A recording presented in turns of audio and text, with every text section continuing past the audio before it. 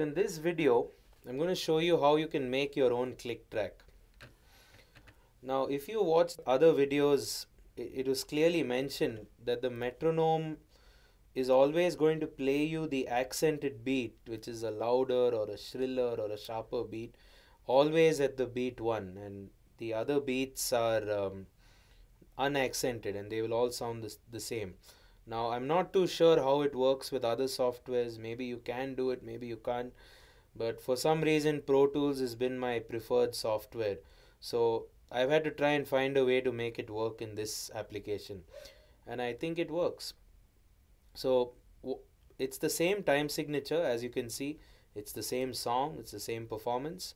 And I just thought of making the whole process simpler to record, and it should feel natural, it should feel musical. At the same time, it should keep me in time, which is the whole purpose of using a metronome in the first place.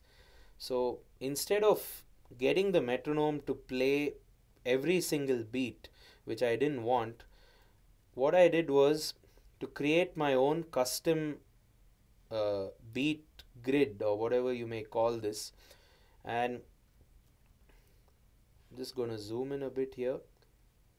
Whatever is loud is the accented beat, and whatever is soft is the unaccented beat here, and whatever is really soft is what I call the ghost notes, or the notes which are just adding flavor and just adding some musical touch to the whole thing. So I'm just going to play you this metronome which I created, and then I'm going to show you how I made it and how you can make one as well. So the first thing I'm going to do is group this, play that back for you. Remember, this is an audio track. I'm turning off the existing metronome. This is just audio.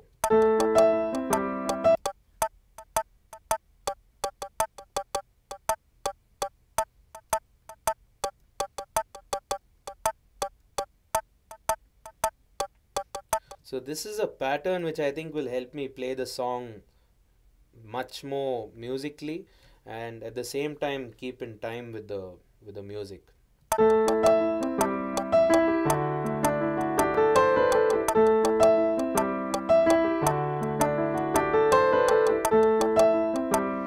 So that's pretty much it.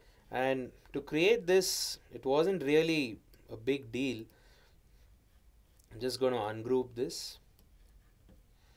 So what I did was I took the existing metronome plugin which Pro Tools gives us.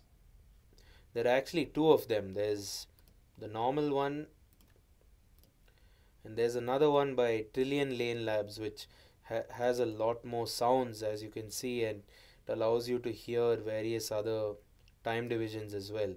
So I've used a combination of both of these, and I've just bust out the sound of this click to the audio track. This is nothing but an audio track, and this is nothing but an aux track.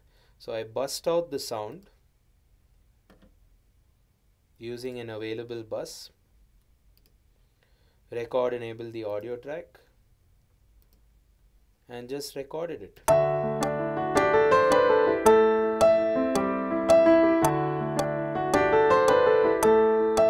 So at the moment I've captured I've captured two sounds using the plugin. Now if you had your own samples which are stored on your computer, let's say a clap, or let's say a hi-hat, or let's say a djembe, or anything like that, you could do it the same way. You could just import it here and mess around with the beats after that.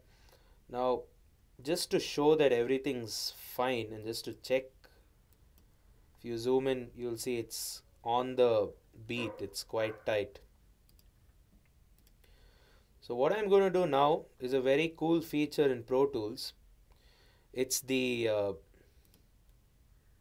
separate by grid feature.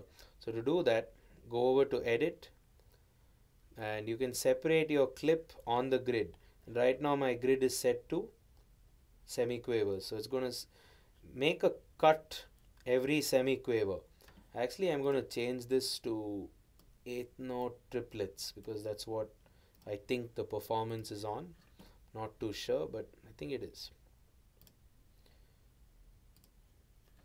And it's created a piece for me every triplet. So if I want, I can now reorder any of these things wherever I please. So let's say I wanted to make a copy of one of those. I just held down the Alt key and dragged that. Sorry, unfortunately you're not hearing the rendered audio, you're hearing the original click. So I'm just going to hide that and make it inactive. So yeah, let's hear it. Maybe you want to move this triplet to the next one.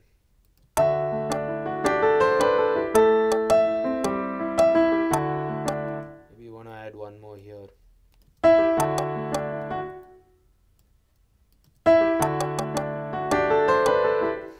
So this way it probably is getting a lot more musical, and if you didn't like the accented beat at beat 1, you could swap it with something else. You could just bring over the unaccented beat, and yeah, whatever works for you. I can change that to an accented beat. It's quite simple actually. There's no tool or there's no process which does this automatically, but I think if you get used to this system, you'll definitely do a good job of it in time. So what I've done already in this session is I've already created a sort of custom click track right now. So I'm just going to select a 2-bar performance of that, or 2-bar loop of that. I'm going to go over and group it, and I can loop this endlessly. I can repeat it about 200 times or so. It loops for the entire song, but I'm not going to do that, because when it goes over to the swing part, I want it to change its feel, and this is how it sounds. I'm just going to play you the section going into the swing.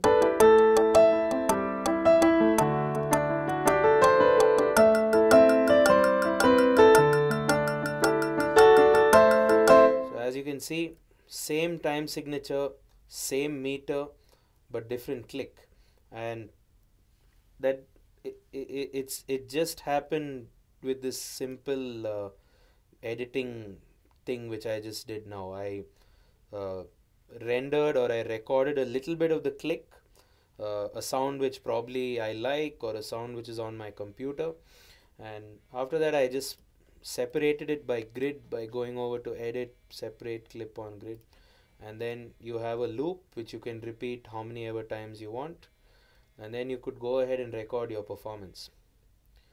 So hope you guys found this tutorial useful. Catch you guys in the next video.